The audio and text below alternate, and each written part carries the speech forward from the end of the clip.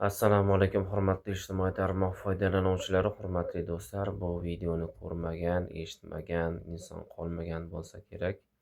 Ijtimoiy tarmoqlar orqali marhum bo'lgan Tojikiston fuqarosi Qobiljonning videosini hamma ko'rdi, tanishdi, yig'ladi, duo qildi. Judayam ko'plagan voqealar bo'lib ketdi va judayam ko'plagan O'zbekistonlik do'stlarimiz, Qirg'izistonlik do'stlarimiz, Turkmanistonlik do'stlarimiz, Qozog'istonlik do'stlarimiz hammalari tojikistonlik do'stlarimizga alohida ta'ziya bildirishdi, hamdardlik bildirishdi va undan tashqari mana shu jinoyatni qilgan 15 yoshga kirgan bola ham 18 yilga qamaldi va undan tashqari 300 ming rubl tovon puli to'lanadigan bo'ldi. Xullas kalom, mana shu pullar ham mana shu dunyodan o'tgan farzandni onasiga berildi, lekin onasi aytdiki, men pulni olganim bilan o'g'lim tirilib kelarmidi degan gaplarni gapirdi, dodlab yig'ladi. Xullas kalom, hozir biz ustoz Abror Muxtor Alini mana shu bo'lib o'tgan mudhish voqea haqidagi suhbatlarini tinglaymiz va undan tashqari ustoz Abror Muxtor Ali yig'lab ham yubordilar. Bu voqea juda ham ta'sir qildi. Videoni boshladik va marhum haqqiga duoda bo'laylik. Assalomu alaykum va rahmatulloh. Aziz qadrdonlar, hurmatli vatandoshlar, yaxshimisizlar? Men yaxshi emasman, lekin bu Tojikistonlik bolani joniga suiqasd qilgan skinhead jamoasini la'natisi, uni boshida turgan liderlari butun bir xalqqa, xosatan tojik xalqimiz, o'zbek, O'rta Osiyo, qolaversa butun musulmonlarni qonini to'kdi deb hisoblaymizda. Va bu masala millatchi bo'lgan, fashist bo'lgan jamoalarni jinoyat hisoblanadi. Avvalam bo'lgan bunga o'xshagan hodisalar bor. Rimga, Italiyaga, Tunisdan bir bola borganda ko'prik tagida uxlab qolgan. O'sha paytlari men adashmasam 10 yosh atrofida bo'lgan bo'lsam kerak. Mana shu bolani yoshidagi bo'lsam kerak. Tunislik bolani ustiga benzin quyib yoqib yuboradi, ko'chadan o'tayotgan oddiy bitta bola. Millatchilik. Tunisdan kelgan bolani yoqib yuboradi. Rimga nega bording tunislik bola deb Abdulloh Oripov she'r yozgan. Rimga nega bording tunislik bola. Migratsiya masalasi butun dunyoda bor. Kimdir Germaniyaga boradi Turkiyadan, kimdir Germaniyadan Turkiyaga keladi. O'zbekistondan Rossiyaga borishyapti, Dubayga, O'zbekistondan Saudiyaga kelib ishlayotganlar bor. Bu bor masala. Migratsiya mavzusi bor. Endi har doim ham har voqeani tepasidan siyosat yasab, o'zini shaxsiy manfaatini, maqsadini mana shu siyosiy masalalarga burib foydalanishga harakat qilayotganlarga yana ko'zimiz tushyapti-da. Ularga u bechora bolani qoni, otasi o'tib ketgan ekan, onasini, yaqinlarini, to'g'rirog'i mana bizni ya'ni ezilib turganligimizni qizig'i yo'q. Vaziyatdan foydalanib darrov orada millatchilik qilishga harakat. Millatchini millati bo'lmaydi. Ya'ni millatchi o'zbek ham qozoq ham deyilmaydi. U millatchi deyiladi. Jinoyatchi u. Masalan deylik, o'sha skinheadlar, taqirboshlar, O'rta Osiyo xalqini shunaqangi yomon ko'rib o'ldirish kerak deyotgan bo'lsa, ana shu taqirboshlarni misol keltirib butun boshli mamlakatni jinoyatda ayblash ham millatchilik. Bundan musulmon odobiga, madaniy saviyaga amal qilib chetlanishimiz kerak. Alloh otasini rahmat qilsin. Bu balog'atga yetmagan bola bu. Balog'atga yetmagan musulmon bola. Hadis shariflarga suyanib gapirsak, bu bola jannatda xushchasi bo'ladi. Jannatga kiradi bu bola. Otasi o'tgan ekan, xato kamchiligi bo'lsa, shu bola qo'lidan tutadi. Onasi bechara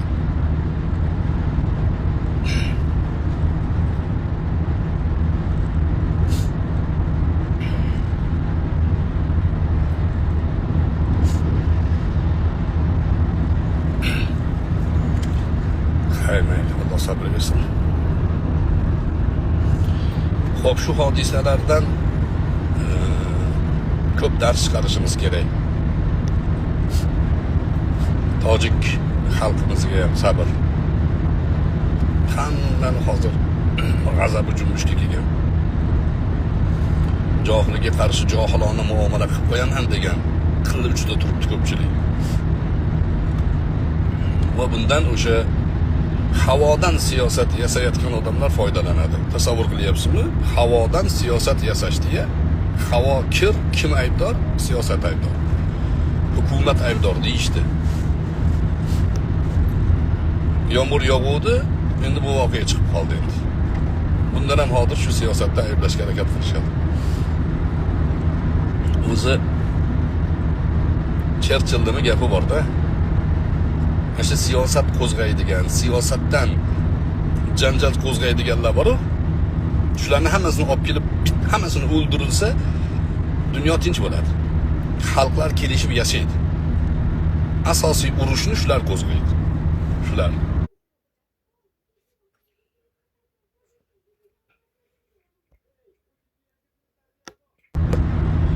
Yana shu ta'limga borib taqaladi.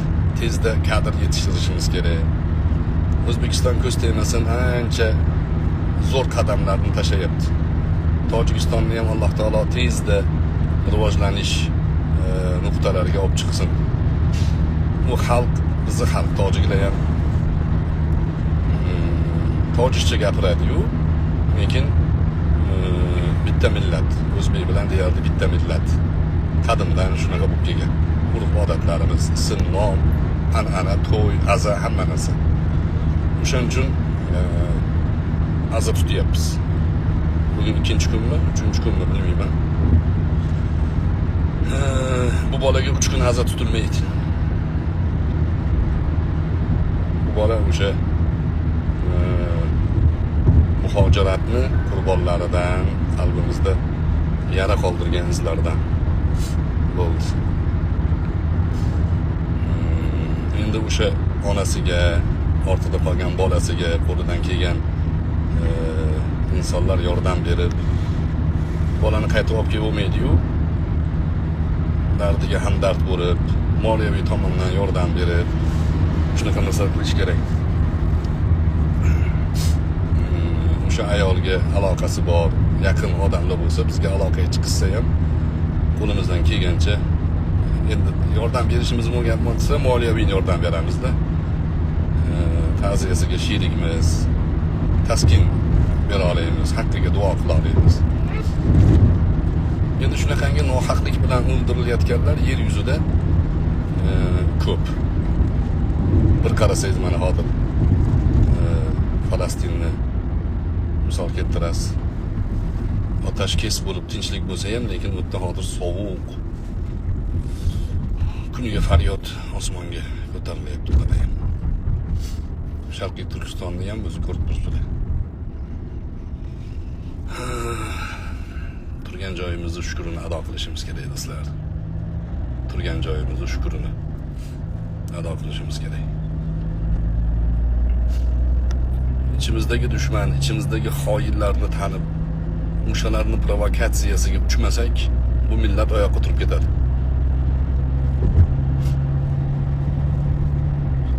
Hozir o'sha 3-dunyo urushi ostonasida turibmiz. 3-dunyo urushi. Ukraina masalasi menimcha 1 yilda hal bo'ladi, o'sha yaqinlab qoldi. Ukrainadan keyin bu la'natlar O'rta Osiyoni nazarga olgan, ko'z ostiga olib qo'ygan. yo Afg'onga qaytadan urush ko'chirish rejasi bor bularni, yo O'rta Osiyoga. Yana aytmadi demanglar-da, yoshlarga aytyapman. Ertaga shunaqangi to'polon to's boshlanib ketsa, men yana chiqib olib agar tirik bo'lsam, men nima degandim deb o'tirmaydi-da. Bular shuni reja qilyapti. Hamma o'yin, hamma kulgu shuni orqasida.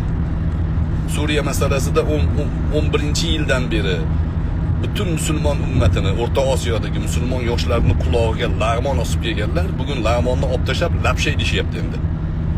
Uyat yo'q, bir gapni xatoligini tan olish yo'q, rujulat yo'q. Uzr birodarlar, biz adashib shunaqa deb qo'yibmiz. Asli maqsad bunaqa ekan deyishgani yo'q. Odamlarni qonidan siyosat yashashyapti. Hozir mana shunga o'xshagan masalalarda O'rta Osiyo xalqlaridan kimnidir millatchilikka qarshi boring e'tiqod masalasi, boring boshqa mavzuni havokir deb oyoqqa ko'tarib olsa, to'xtatib bo'lmaydi. To'xtatib bo'lmaydi. Hazrat Usmon radhiyallohu anhuni qatl qilgani kirgan odamlar eng birinchi safda turgan Muhammad ibn Abu Bakr degan odam bo'lgan. Abu Bakr Siddiqning o'g'li. Usmon radhiyallohu anhuni soqolidan ushlab bo'shat xilofatni degan. Bu kishi seni dadang bu soqolimdan hurmat bilan ushlardi, sen bo'lsa nafrat bilan ushlayapsan, dadangni yo'lda emasdan degan. Deganda rangi oqarib ketgan, sovuqda chiqib ketgan Muhammaddan. To'xtagan. Xato yo'lda ekanligini tushunib qolgan o'sha nuqtada. Orqaga qaytib to'xtataman desa hech kim to'xtamagan. To'xtata olmaysiz. Fitna qo'zg'ayotgan mana bu Usayd tashkilotini yetimchalari bor ichimizda, petitsiyachilar. Bular hech qachon el bo'lmaydi sizga. Hech qachon dardingizni gapirishdan maqsad sizni yana dardga tiqish. Dardingizdan oylik olyapti ular, dardingizdan. Muammoni yechimini hech qachon aytmaydi sizga. Muammo qilib berishlik ular uchun vazifa. Petitsiyachilardan ogoh bo'ling. E'tiqodingizga ham tupurib qo'ygan, bizni xalqimizning rivojlanishiga ham tupurib qo'ygan ular. Ular don berganni tovug'i. Shaytonatda aytadi-yu, don berganni tovug'i deb. Bular shunaqa. Kim don bersa o'shani tovug'i qaqalab beraveradi. BBC Ozodlik O'zbekistonni o'ylaydi degan odam ahmoq u. Hammasi shularning quloqlari, ichimizdagi agentlari. Mavzudan mavzu yasashyapti. O'zi ezilib turibmiz o'zi. Voqeani ko'zimiz bilan ko'rib turibmiz. Yana shuni ko'tarishib, yana shuni siyosatga bog'lashyapti.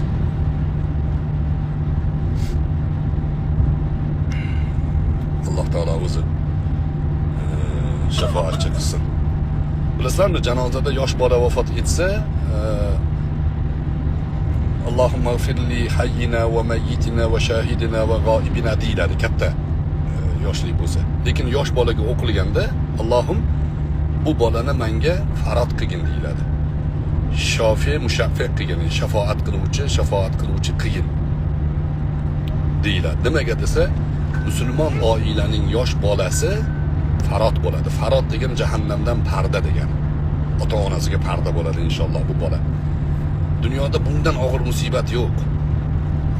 O'zi sabr 3 ta bo'ladi-da. Ibodatga sabr bor, ya'ni talab sabr qilib namozga turishingiz kerak, roza tutganda sabr qilib tutish kerak, hajni sabr qilib o'tkazish kerak, ibodatga sabr. Ikkinchisi gunohga sabr. Gunohga qodirsiz, qilmay turibsiz, bunga ham sabr. Uchinchisi mana shunaqangi musibatga sabr. Sabrlar ichida ajri eng balandi shu mana shu musibatga sabr. Og'ir musibatda, og'ir musibat. Ana shuning uchun ana shuning uchun ham bunga ajr katta bo'ladi. O'tgan bola farod bo'ladi. Farod degani jahannamdan parda, to'siq. Ota-onasi jahannamga solaman desa turib oladi. Alloh deb solma shu ota-onamni deydi. Mana ulkan sabrga mukofot. Alloh taolo sabr bersin. Makkaga ketyapmiz inshaalloh. Duolarda eslab turinglar bizni ham. Labbayk Allohumma labbayk, labbayk la sharika lak labbayk. Innal hamda wan ni'mata lak wal mulk la sharika lak. Assalomu alaykum va rahmatullohi va barakatuh. Afsus, afsus va yana afsus. nimaga bunday deyapsan deyilsa, ba'zi bir izohlarda battar bo'lsin, ayb o'zida, nima qiladi rus maktabida o'qib, battar bo'lsin, o'zini farzandini ham shunaqa joyga beradimi? Shunga o'xshagan izohlar ham bor. Bundan tashqari, xullas ba'zi bir bilmadim, bu insonlarni qanaqa qilib ta'riflasa bo'ladi, men tushunmadim. Bir inson o'lib ketyapti, uni ustidan yana mag'zava ag'darib, uni xotirjamlik bilan battar bo'lsin, ayb o'zi deydi. Keyin ijtimoiy tarmoqlarda ba'zi bir insonlar hamdardlik bildiribsa, san jinnimisan, o'lgan o'lib ketdi, qolgan qoldi, qamalgan qamaldi, shunga o'xshagan izohlar yozilyapti. Nimaga? Sabab nimada? Bizni boshimizga tushganda qanday holatga tushgan bo'lardik? Lekin Xudoyim mehribon, bunaqangi holatlarga hech kimni tushirmasin. Afsus, shunaqangi ba'zi bir insonlar ham bor ekan. Farqi yo'q unga, dunyodan odam o'lib ketadimi, qolib ketadimi, birov farzandidan ayriladimi, nima bo'lishidan qat'iy nazar, baribir ana shu yiring holat yiringligicha qolar. Mayli nima ham derdik, u insonlar ham o'zini kechinmasdan kelib chiqib gapiryapti, balki keyinchalik bu narsalarni o'zi ham his qilib ko'rar. Salomat bo'ling.